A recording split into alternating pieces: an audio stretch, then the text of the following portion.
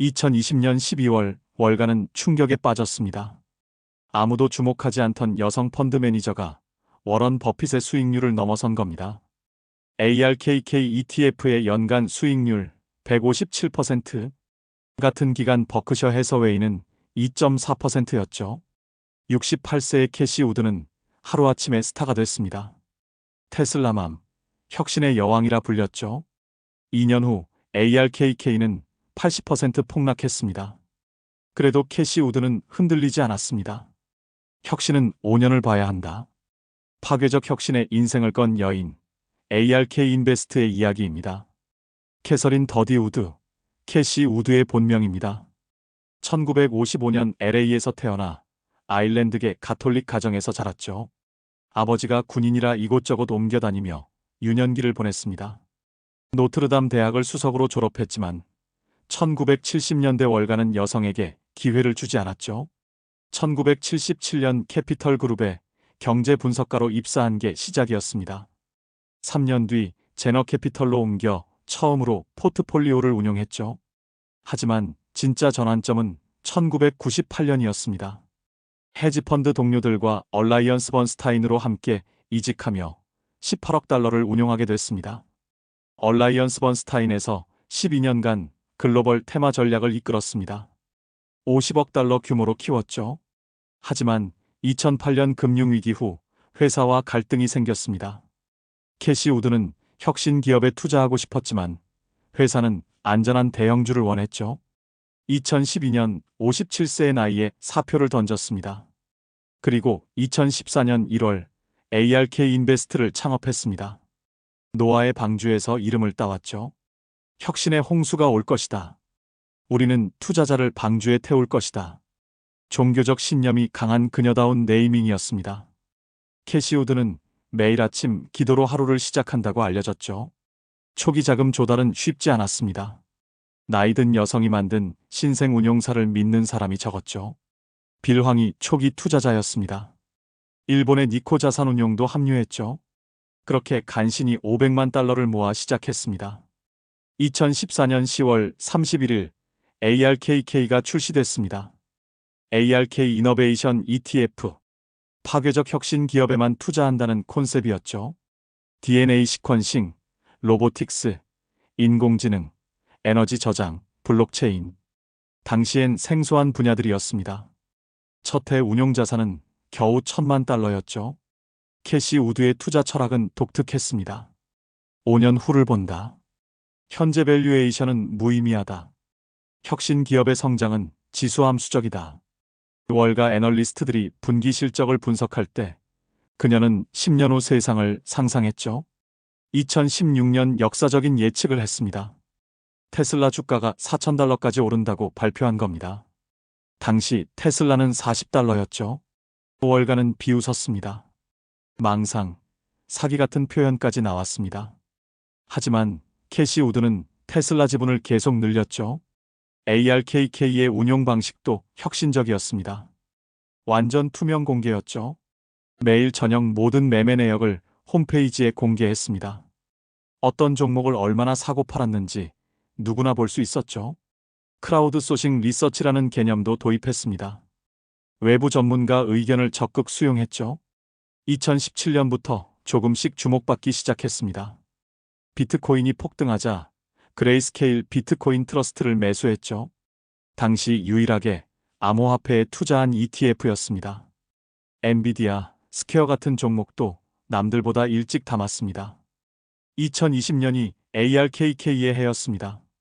코로나 팬데믹이 오히려 기회가 됐죠. 재택근무, 원격 의료, 전자상거래, 스트리밍. 모든 것이 ARKK 포트폴리오에 유리했습니다. 테슬라가 10배 올랐고 주문 5배, 로쿠는 3배 뛰었죠. 2020년 12월 테슬라가 S&P 500에 편입됐습니다. 캐시 우드의 예측이 적중한 순간이었죠. ARKK 수익률은 157%로 모든 ETF 중 1위였습니다.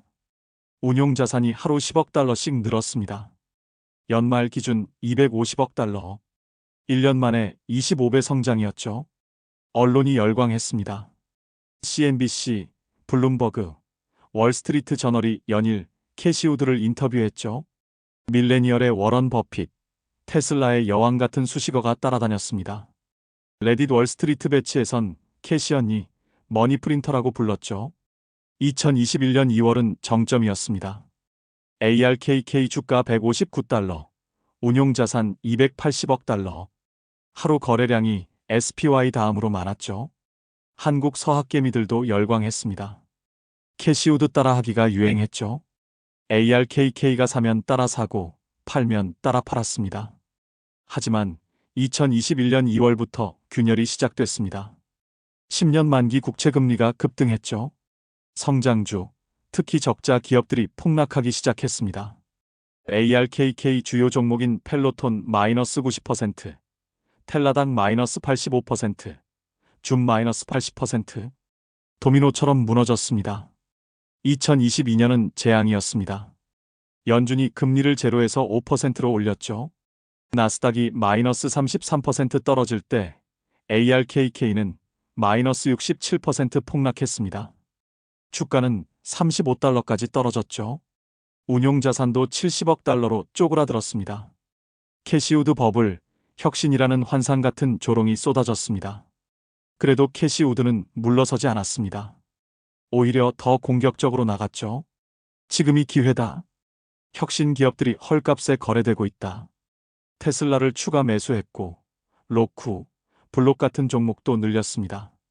자기 월급으로 ARKK를 샀다고 공개했죠. ARKK의 포트폴리오는 극단적입니다.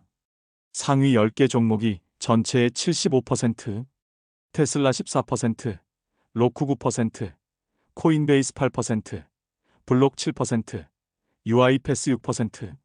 모두 변동성이 극심한 종목들이죠. 분산 투자와는 거리가 멉니다. 매매 회전율도 높습니다. 연간 100%가 넘죠. 한 종목을 평균 1년도 안 들고 있다는 뜻입니다. 장기 투자를 하면서 왜 이렇게 자주 사고 파나라는 비판이 많습니다.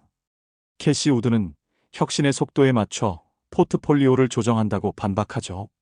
한국 투자자들 사이에서 ARKK는 극과 극입니다. 2020에서 21년 대박난 사람들은 캐시 누나 최고라고 하지만 2022년 꼭대기에서 산 사람들은 사기 ETF라고 욕합니다. 변동성이 너무 커서 단기 투자자들에겐 지옥이죠.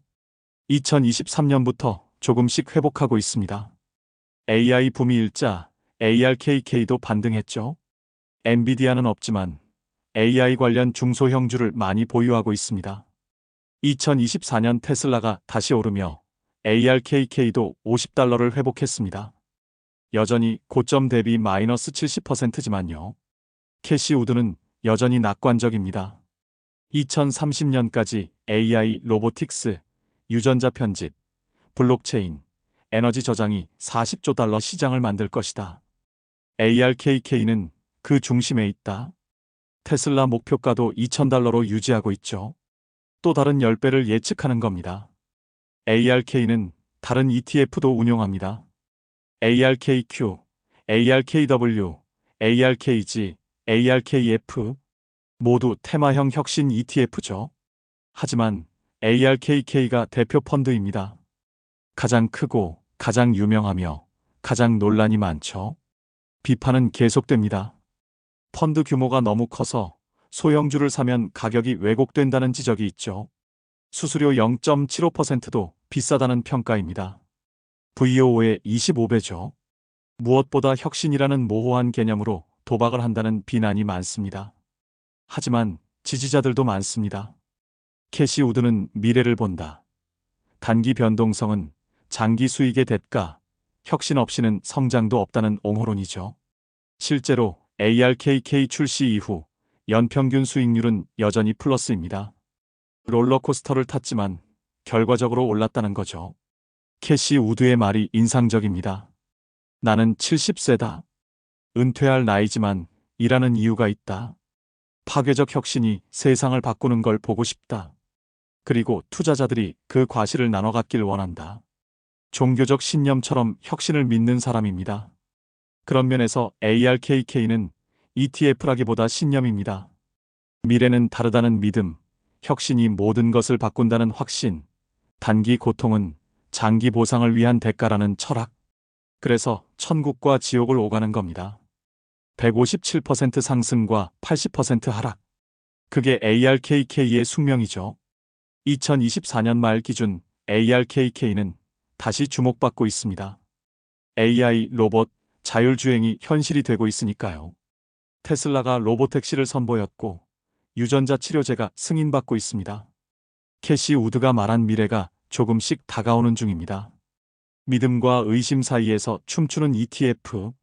그것이 ARKK입니다. 워런 버핏의 안정적 가치 투자와 정반대편에선 파괴적 혁신 투자. 둘 중 뭐가 맞을까요? 아마 둘 다 맞을 겁니다.